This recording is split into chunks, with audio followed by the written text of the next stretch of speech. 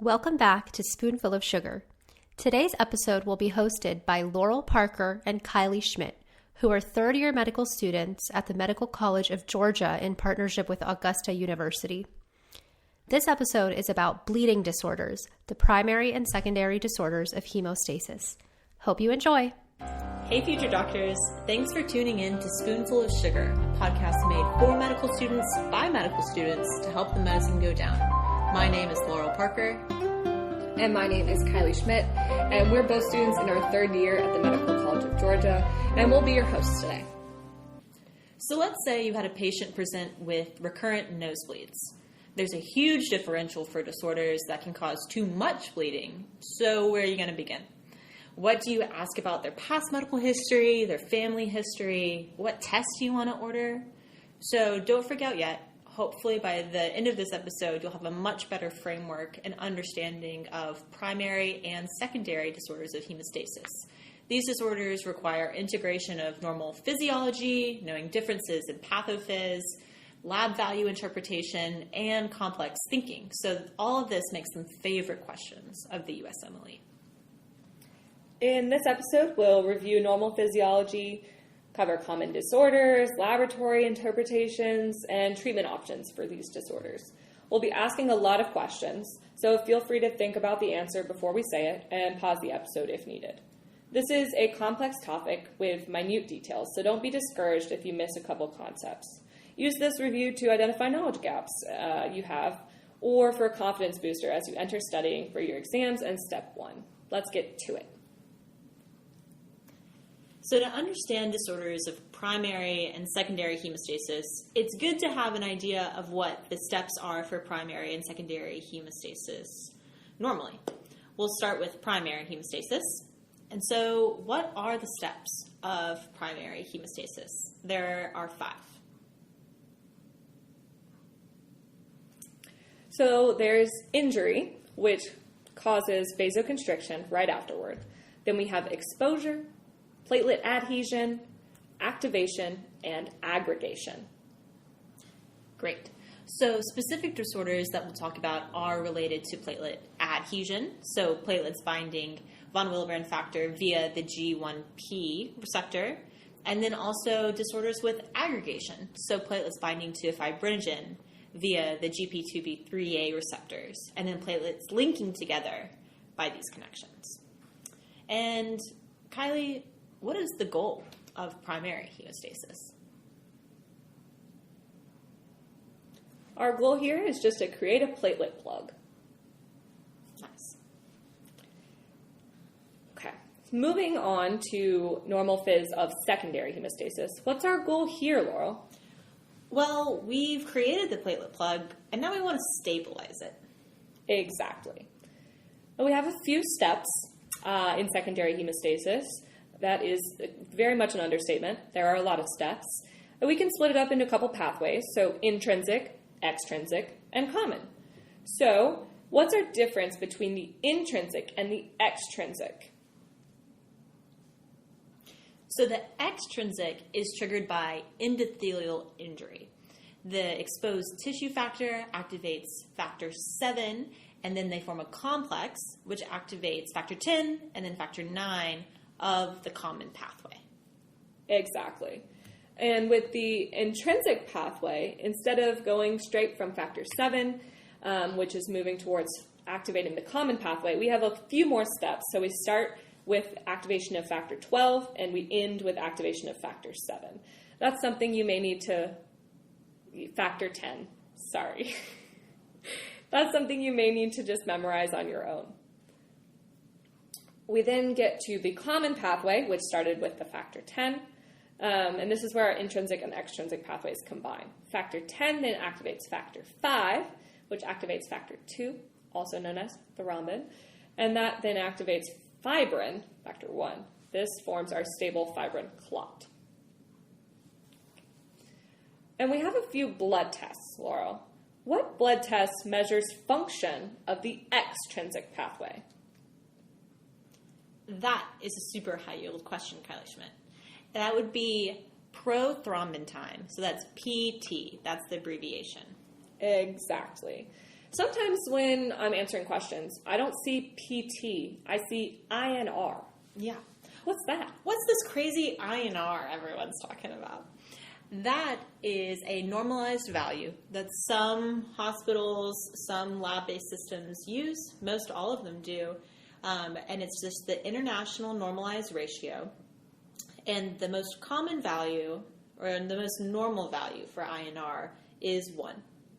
Exactly. Sometimes you'll see higher values of INR. That's typically when we're treating patients with anticoagulants. So our therapeutic range we're shooting for is 2 to 3.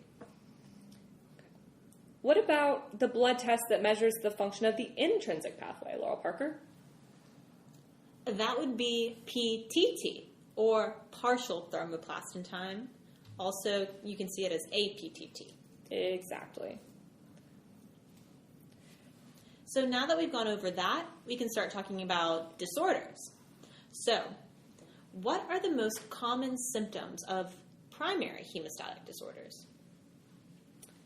So our primary hemostatic disorders are going to present with petechiae, which they look like little dots on the skin. They're little microhemorrhages. Also epistaxis. This is a fancy word for recurrent nosebleeds. Exactly. And then a test that I commonly see, or it's commonly provided on the USMLE, is bleeding time. So would you expect bleeding time to be increased or decreased in these disorders? I would expect bleeding time to be increased. Exactly. Because, of course, we're bleeding too much. Exactly. Mm-hmm. We're out of platelets. Yeah. And is this ever done in clinic, bleeding time? No. Probably not. But USMLE really loves to provide it. And, Kylie, what's a normal platelet count? What should we be, they give us a lot of values, and what's normal? So normal here is between 150,000 and 450,000. And then when do you see symptoms? That is a good question that Laurel and I have been burned on many times. Symptoms actually don't start until you're around below 50,000 platelets. Yep. So getting into our disorders, the first one we're going to talk about is Bernard-Soulier. What is the defect here? Give us a little pathophys. So, pathophys of Bernard-Soulier, Laurel mentioned earlier the GP1B receptor, and that was used in our platelet adhesion. And so we are deficient in GP1B receptors in Bernard-Soulier, causing an issue with platelet adhesion. Mm-hmm. So the platelets and von Willebrand factor, they can't stick together, they can't adhere. And so patients bleed too much. We have a bleeding disorder.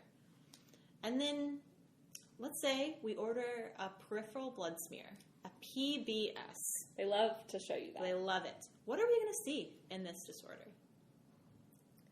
So this is a great mnemonic. So Bernard-Soulier, BS, also could stand for big suckers. So you're going to see huge platelets on peripheral blood smear. Huge. And then let's say we get a CBC, we get that platelet count. Mm-hmm. What do we expect? Do we see decreased platelets, normal, increased platelets?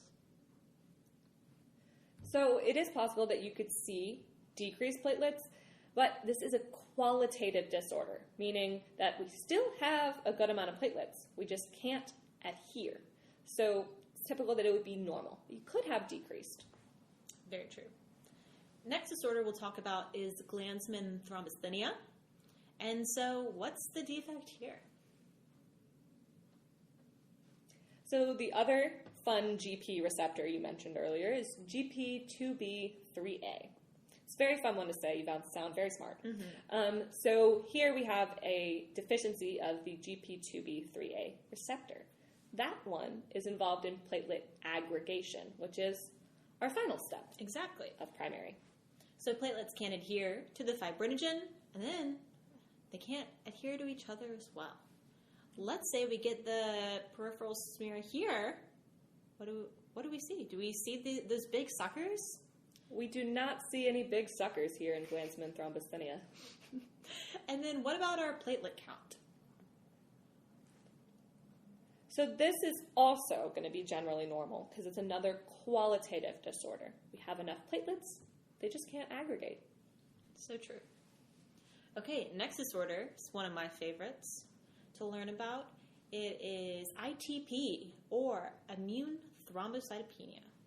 So, what do we expect the platelet count to be in this disorder? So the platelet count here is going to be decreased. Name really gives it away. The thrombocytopenia. Exactly. Low platelets. Don't miss that one. And then what's the defect here? Why is going on? So this is an autoimmune disease. There are anti-GP2B3A receptor antibodies being formed. And those antibodies tag the platelets, and the spleen then destroys them. Mm-hmm. So how does someone get ITP? What's causing this? That is a great question, Laurel. Like with many autoimmune diseases, we're not sure, meaning idiopathic. However, there are some causes that we've identified, like viral illnesses, malignancy, or some drug reactions. So true. And then let's say we suspect ITP, we get a bone marrow biopsy. What do we expect to see on said biopsy? So on this biopsy, we might see increased megakaryocytes as our bone marrow tries to replace the platelets that are getting destroyed. Exactly. And then, as a bonus, Kylie and I are big fans of monoclonal antibodies. And so, what's a common monoclonal antibody treatment for ITP? This is probably the first monoclonal antibody I ever learned. Rituximab. This is an anti-CD20. So true. It's a good one to know. It is. And then there are lots of other treatments for ITP. What are some examples of some of the things you can do? So we could start by giving someone some steroids, some IV immunoglobulin or IVIG, thrombopoietin receptor agonist, and then for refractory cases, we just take out the spleen, take out the destroyer. Yep. And then, Kylie, to me, Glanzmann thrombocythemia and ITP, both problems with the GP2B3A receptor. So how are we going to differentiate those? That's a really good question, Laurel. And I think this is a good point to reemphasize qualitative disorders versus quantitative disorders. So with Glanzmann thrombocythemia, we have a deficiency, we have a deficiency in the GP2B3A receptors. So this is causing platelets to not be able to function. We still have platelets. They just don't function without that receptor. So this is a qualitative disorder. In ITP, our platelets are actually being destroyed. So then we will have a low number, meaning quantitative disorder. So true. Next, we're going to talk about the most common inherited bleeding disorder, and one that's a favorite of the USMLE. So, you know what that one is? I do. That would be von Willebrand disease. So true. What is the defect here? This one also has a little name giveaway. So we're going to have a deficiency or a defect in von Willebrand factor. And what's the normal, what does von Willebrand factor normally do? So this is going to help with that first step of the platelets, not the first step, primary hemostasis, but the first step that platelets are involved in. And so that's platelet adhesion. So von Willebrand factor helps the platelets adhere to the basement membrane, as well as prevents the degradation of factor VIII. Ooh. And Kylie, what's with these Weibel-Pohl antibodies? So the Weibel-Pohl antibodies are inside of the endothelial cells, and when activated, they release the von Willebrand factor that they store. Yeah. We just really like to say Weibel-Pohl antibodies around here. We don't know if we're saying it right. It's probably not the most high yield, but it's fun to say. But we like it. And what is the inheritance pattern of von Willebrand disease? by and large, inheritance pattern here is autosomal dominant. There are different types, but we're not going to get into those here. Low yield. And then some common symptoms of von Willebrand disease, as with all bleeding disorders as a whole, you can have easy bruising, nosebleeds, fancy term epistaxis. You can have bleeding of the gums and the gingiva, petechiae, bleeding after surgery or after tooth extraction. So sometimes it'll say, patient goes to the dentist and bleeds, for a long time afterwards. GI bleeding, and also menorrhagia as well.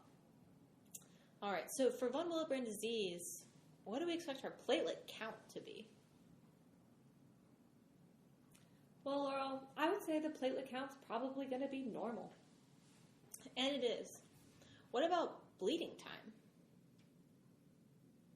Now, the bleeding time measure of platelet function, not quantity, but function, that is going to be increased. It is increased. What about prothrombin time, or PT? So our PT here is going to be normal. Very good. And then what about PTT, our partial thromboplastin time? PTT is going to be normal. It could also be increased. It could. That's a sneaky one. That is a sneaky one because remember, von Willebrand factor helps to prevent degradation of factor VIII, which is in the intrinsic pathway measured by PTT. That's excellent. And then what's this ristocetin cofactor assay that I'm hearing so much about? Laura Parker, I'm really glad that you asked that. So ristocetin cofactor assay, I've been confused about almost all the Feb 1 and M2 year. But I did find out that ristocetin is an old antibiotic that they now can use in this assay. It activates von Willebrand factor. So if there is von Willebrand factor in the body, then with the ristocetin cofactor assay, we will have platelet aggregation.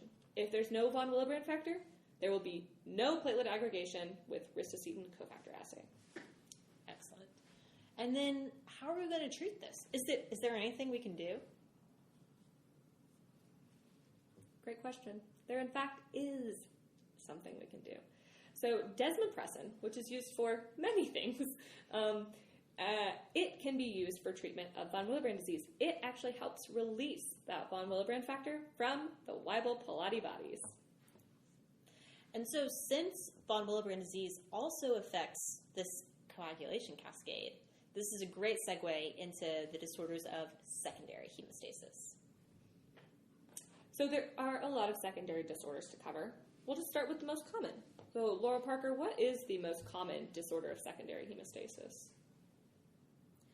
That would be hemophilia A, and that is an X-linked recessive disorder. Exactly. These hemophilias get a little confusing with the inheritance pattern, so remember that, X-linked recessive for hemophilia A. Which factor here is deficient? That would be factor VIII, and the mnemonic here is hemophilia A, factor VIII, so it's A8. 8. Patients will present very similarly with any of the types of hemophilia. So there's going to be hemarthrosis, meaning bleeding into the joints. You can also have a lot of large palpable ecchymoses. Also GI bleeding is possible, but basically just a lot of bleeding. But hemarthrosis is something that USMLE loves, bleeding into the joints. So Laurel, what are we going to see with PT and APTT? I'm glad you asked, because this is a huge way to differentiate these things. So, factor VIII is the one that is deficient here. Factor VIII is in the intrinsic pathway. We measure that by PTT, and, it's deficient. So, we're going to bleed longer. PTT is going to be elevated. Mm-hmm. PT, which is a measure of the extrinsic pathway, is going to be normal. It's going to be normal. Really, the only time that PT is elevated is if factor 7 is affected. Mm-hmm. Okay, treatment-wise, we're really only going to treat during trauma, unless it's extremely severe. We replace the factor that's deficient, give them some factor VIII, Also here we can use desmopressin because remember, that will help release von Willebrand factor from where? That would be the Weibel-Pilates bodies. So that can help stabilize the factor VIII that we're giving. As we mentioned a minute ago, Laurel and I love a good monoclonal antibody. So I threw this one in there. It's probably not the most high yield, but it is interesting. So emicizumab. This bridges factors 9 and 10, basically replacing the activity of factor VIII. It's amazing. Absolutely amazing. Okay, one of our favorite things to do, a sidebar. Mixing study sidebar. Laurel, what is a mixing study? I'm glad you asked, Kylie. It's something that has confused me for most of the M2 year. But now that we're M3s, we get it. We get it. Mixing study. Here's how you do it. It is a measure of the patient's plasma. So you draw the blood, spin it down, get the plasma out. So then you have a bunch of plasma from the patient. Then you mix it together, literally, with normal plasma, like standard normal control plasma that has all the factors in it, working great. You mix those together, then you remeasure the PTT and the PT. Mm-hmm. So, Laurel, what would you expect if it was a deficiency in a factor, such as maybe hemophilia A, which is deficiency in factor VIII? What would happen after the mixing study? So, if we have one of these, the patient's plasma, deficient in factor VIII, and then normalized plasma, we mix them together, the PT and PTT normalize. Exactly. You only need about 50% of the activity to have a normal PT and PTT. Exactly. So, I mean, if we either normalize or we don't normalize, and you said normalizing happens if there was a deficiency, what would you be thinking about on your differential if it didn't normalize? If we mix those two plasmas together and it doesn't normalize, then we might be thinking this could be due to an inhibitor of one of those coagulation factors. So even if you add more like the new factors from the control blood, it's still inhibited? It is, in fact, because the plasma from the patients, the inhibitors that are there, are causing the new factors to be inhibited as well. Man, those antibodies, high affinity. Okay, so that's hemophilia A.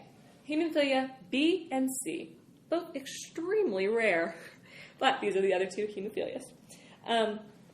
These are going to be deficiencies in what, Laurel? So, hemophilia B is a deficiency in factor IX. Exactly. Inheritance pattern here, also X-linked recessive, just like A. And then hemophilia C is a factor 11 deficiency. And this is different. It's autosomal recessive. Perfect. These three hemophilias, A, B, and C, all will present similarly with the hemarthroses, the large palpable ecchymosis, but lab value-wise, they'll also present similarly. But what would you expect the lab values to be? So that's a great question. And because we're concerned with factor 8, 9, and 11, these are all intrinsic. For all of them, the PTT is going to be elevated and the PT is normal. Exactly. And just one more time for the audience, Laurel. After a mixing study, what would happen with any of these hemophilias? We would have the normalization. Normal PTT. Exactly, because they are all deficiencies, not inhibitors. Okay. So that's pretty much all the disorders of the intrinsic pathway. Now for one extrinsic pathway disorder. Could you possibly guess which factor is deficient in this disorder? I'd have to guess factor 7. That's a genius move, Laurel Parker. And is this one autosomal recessive, X-linked recessive? It is autosomal recessive. Exactly. And then clinical manifestations of specifically factor 7 deficiency is GI hemorrhage. You can also get intracranial hemorrhage. Okay. What would we expect our PT and APTT to be? For a factor 7 deficiency, we would expect an elevated PT prothrombin time, because of course, factor 7, extrinsic pathway, PT, and a normal PTT. Exactly, Laurel Parker. That is beautiful. Also, I just want to clarify, Laurel and I are saying APTT and PTTT. That's too many T's. APTT and PTT interchangeably. They are pretty much the same thing. Sometimes they'll give you APTT, sometimes they'll give you PTT, but they are pretty much the same. One is activated, one's not, but using them interchangeably. All right, so how might we treat this disorder? So, we don't have enough factor 7, so let's give them some more. Give them factor 7. Mm-hmm. Perfect. Easy enough. Moving on to some disorders that affect both pathways, both intrinsic and extrinsic. Laurel, you just finished your PEDS rotation. What vitamin is given as a shot to newborn babies? This is a very high-yield fact, Kylie Schmidt. It is vitamin K. Yes. And why might we do that? This is because babies lack the intestinal bacteria that normally produces vitamin K. So adults, no problem. Infants can't do it. Vitamin K is important because it acts as the cofactor for the gamma carboxylation of specific coagulation factors. So we need vitamin K to prevent bleeding. We do. Which specific factors were you talking about there? This is another high-yield point.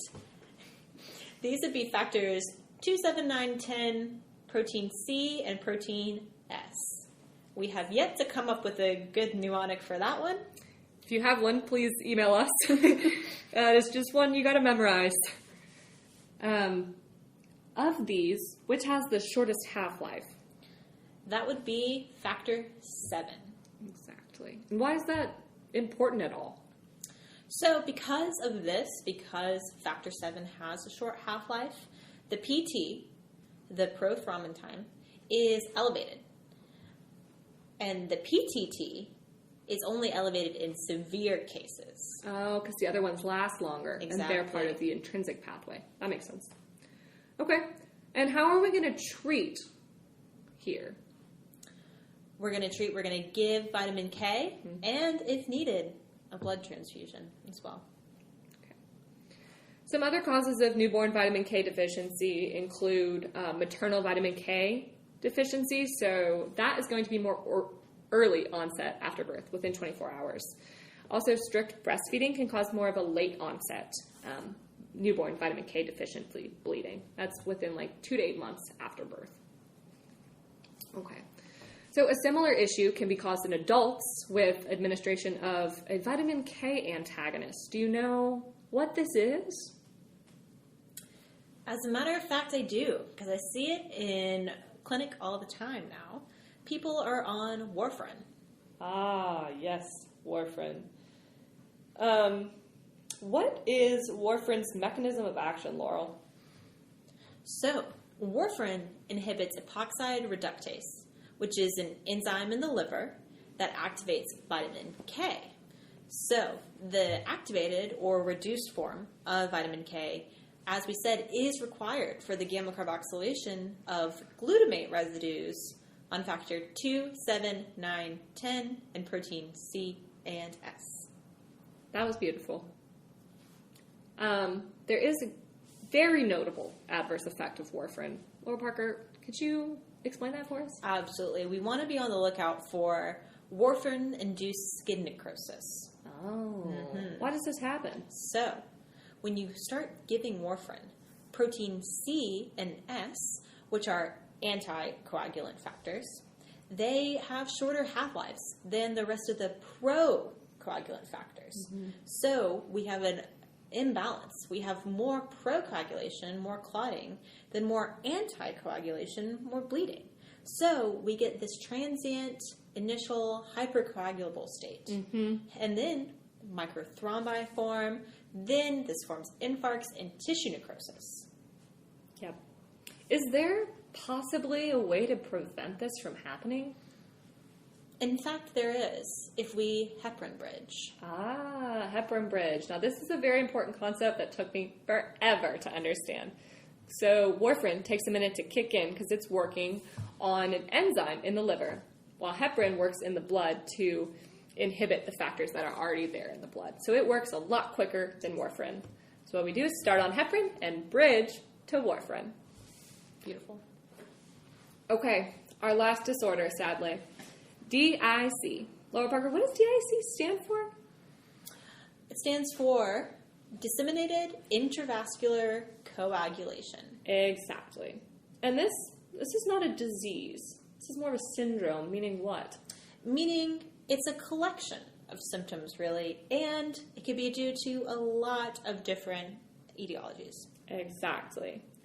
Some of those interesting ones include snake bites, obstetric complications, and malignancy.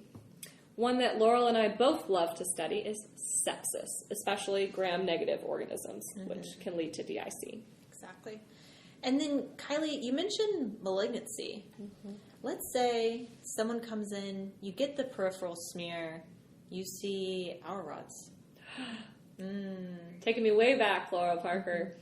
This would be acute promyelocytic leukemia. Those Auer rods can activate the coagulation cascade and cause DIC. Exactly. So basic pathophys of DIC is one of the triggers we just talked about, causing systemic activation of the clotting cascade. The platelets and the clotting factors are then being consumed by that systemic clotting, and we end up with what, Laurel, systemically? Systemically, we have massive bleeding, hemorrhage. You can get end-organ failure due to the clotting.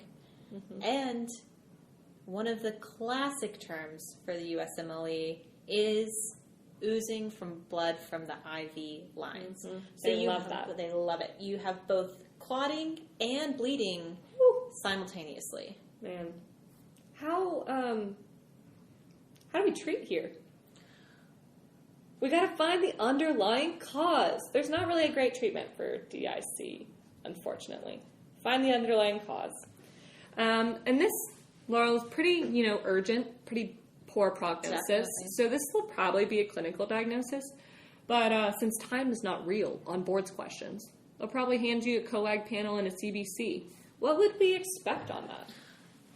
Well, I'm glad you asked, because this is a classic. You'll have a huge table of things with up and down arrows, and you're going to have to know all of these different lab values, and if they're increased, if they're decreased, what we'd expect. So we will go through them. First, prothrombin time, PT, increased. We're bleeding.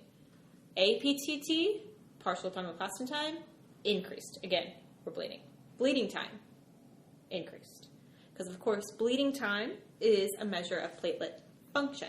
And our platelets are being consumed because we are clotting. So, bleeding time is also increased. One that is decreased, which is important to know, is fibrinogen. D-dimer is increased because we have the breakdown of clots. Our platelet count is going to be low. Because our platelets are being consumed because we're clotting, and then our hematocrit is also going to be low because we are bleeding. That was beautiful, Laurel Parker. The boards really love to give you a huge table with all those up and down arrows, so this is probably a good one to go back and listen to. Okay, that was a lot of information, so let's review just a bit. So we talked about broad differential with bleeding disorders. One way you can narrow that down is by deciding whether the clinical presentation looks more like a disorder of primary hemostasis or a disorder of secondary hemostasis. So what would a disorder of primary hemostasis present like, Laurel?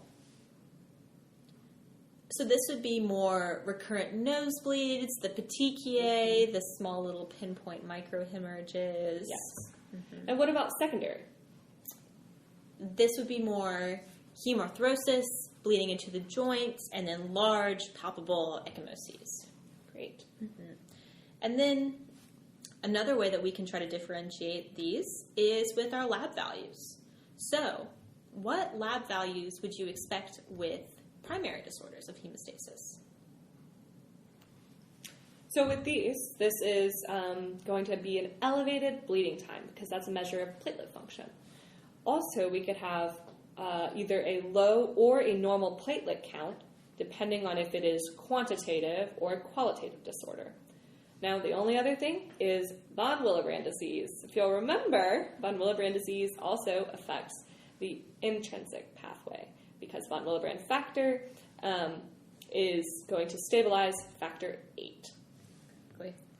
Exactly. And what about the changes that we would expect with secondary disorders? So with secondary, we would see either an elevated PT or an elevated APTT. Okay. And then let's say we have one of the hemophilias and we do a mixing study. Mm-hmm.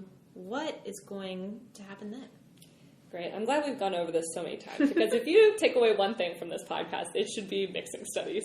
So mixing studies will normalize the PT or APTT with deficiency of a factor. They will not normalize with an inhibitor of a factor. Exactly. And yeah. What is the most common disorder of primary hemostasis? That would be von Willebrand disease. Exactly. And Laurel, just to review again, what's the inheritance pattern of von Willebrand disease? That would be autosomal dominant. Exactly. What is the most common secondary? That would be hemophilia A. Exactly. What is the inheritance pattern of hemophilia A? That would be X-linked recessive, much like hemophilia B. Mm-hmm. But is it like hemophilia C? No shot. Woo. Hemophilia C is autosomal recessive. Oh, I get it now. Mm-hmm. But something to keep in mind, 30% of the cases of hemophilia A are sporadic. So don't be fooled by a negative family history. That's a thinker. So, Kylie, which clotting factor has the shortest half-life? That's factor 7. It is. And then warfarin inhibits the gamma carboxylation of which factors? 2, 7, 9, 10, protein C, and protein S. Excellent.